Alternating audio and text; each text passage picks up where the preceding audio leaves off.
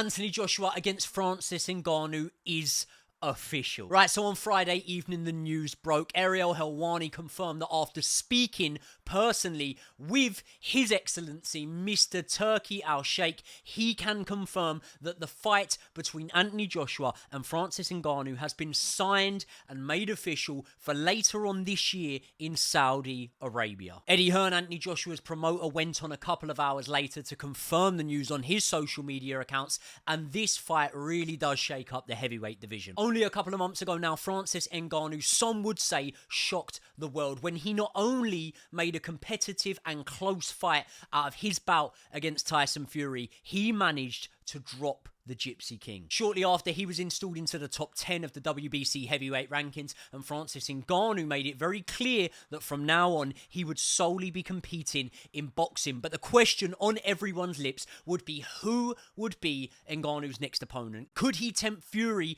into a rematch? Could he possibly square off against Fury's former opponent, Deontay Wilder? Or could he possibly end up squaring off against former world heavyweight champion Anthony Joshua? Well, we now have our answer, and I don't think we're going to have that long to wait for this one. They haven't confirmed an official date, but as we heard Eddie speak about before, there has been a date penciled in of early March for Anthony Joshua's next fight in the Kingdom of Saudi Arabia. We thought we had three options, being Ngannou, Zhilei and Hrgovic, and it looks like they've gone with Ngannou. Now, this fight will whet the appetite of boxing and MMA fans alike, and very much unlike when Tyson Fury's fight against Ngannou was announced, I genuinely believe that people will seriously buy in to the competitiveness of this fight, because when Tyson Fury announced that he'd be taking on Francis Ngannou, I think a lot of us saw it as a cash grab, as a Mayweather-McGregor style fight in which Ngannou would turn up, but ultimately Fury would be in complete control. He might keep Ngannou in there for a little while, much like he did against the likes of Sefer Seferi on the comeback trail, but at any point when Tyson Fury wanted to turn the screw and really dial up the intensity of the fight, he would be able to, and therefore Tyson Fury was going to be in complete control of that fight in most people's opinion. But fuck me, it did not play out that way, did it? Because Ngannou came out for the fight confident, he came out composed, he was by no means overawed by the occasion, immediately choosing to come forward, to look to take the centre of the ring, and even having the confidence to switch back and forth from orthodox to southpaw. Now, one of the things that became hugely apparent in this fight for me early on was that Tyson Fury was not able to enforce some of the tactics that have been working for him of recent. He realised very soon into that fight that Francis Ngannou's strength on the inside was ridiculously good in comparison to the guys that he had been fighting. So, whereas you might have seen him lean his weight and be able to rough up the likes of Wilder, Wallin, Dillian Whyte, Chisora, Ngannou was just a completely different animal in there. He had a completely different level of strength, and his MMA background came in to serve him well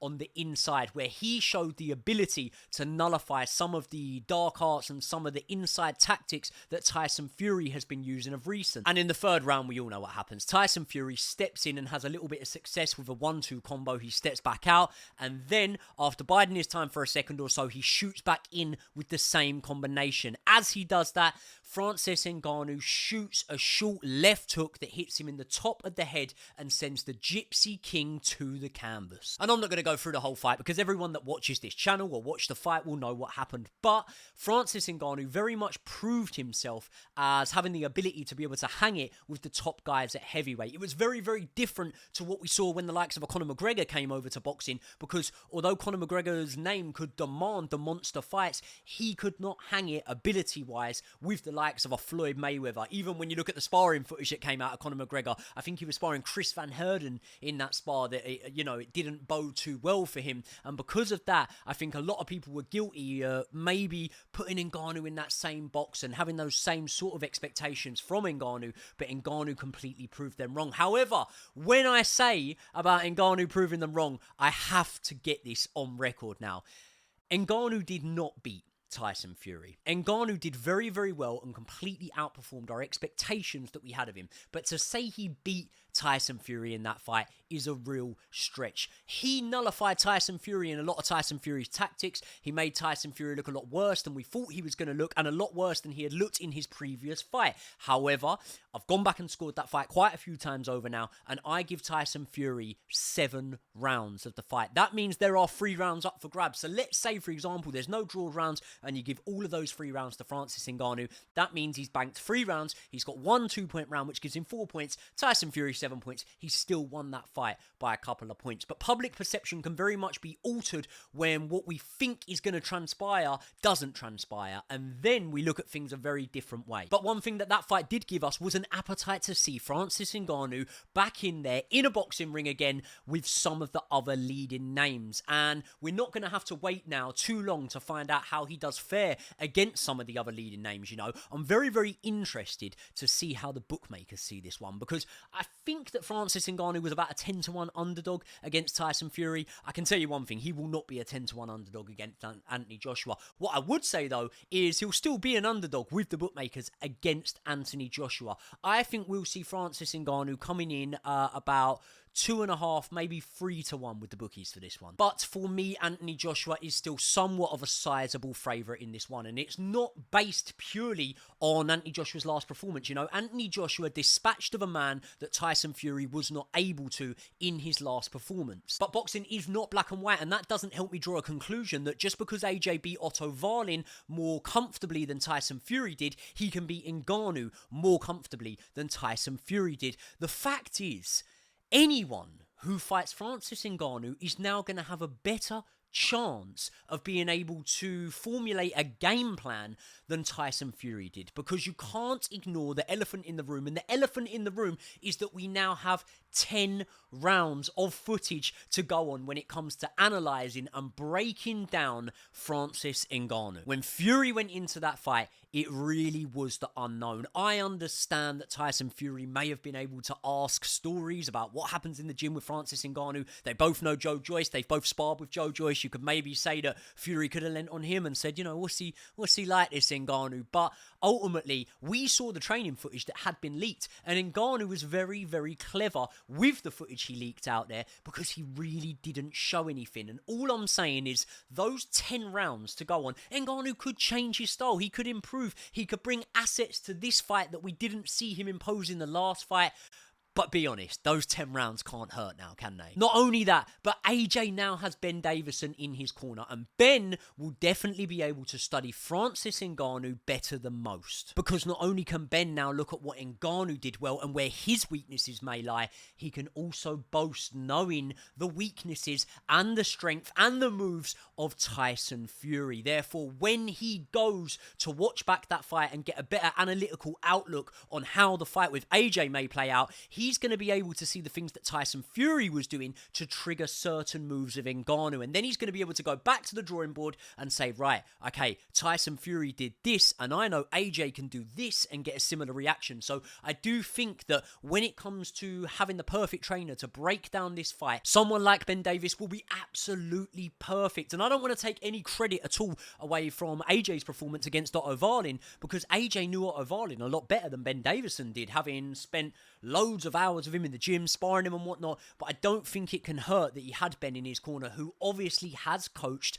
Tyson Fury against Otto Wallin. And maybe that can give some sort of credit into why we saw such a good performance against Otto Wallin from Anthony Joshua. But I also don't believe that this now just suddenly makes this a simple fight for AJ. If you look at the way that he dismantled Otto Wallin, that was a performance reminiscent of the old Anthony Joshua, where he was on the front foot, he was putting his combos together with mean intentions. But would that be the best way for Anthony Joshua to box Francis Ngannou? Because when we look at when Francis Ngannou did drop Tyson Fury, it came when Tyson Fury was trying to put his hands together. So would AJ potentially look at that and think, do you know what? Against this real strong, resilient guy, maybe I'll just be playing with fire to do that. Could we see Anthony Joshua revert to that style that we saw in the rematch against Andy Ruiz Jr., where he got behind his jab, was fleet-footed in comparison to some of his fights before, and very much boxed around the outskirts of the ring? AJ's never really boxed a switch hitter if Ngannou does carry on with that style,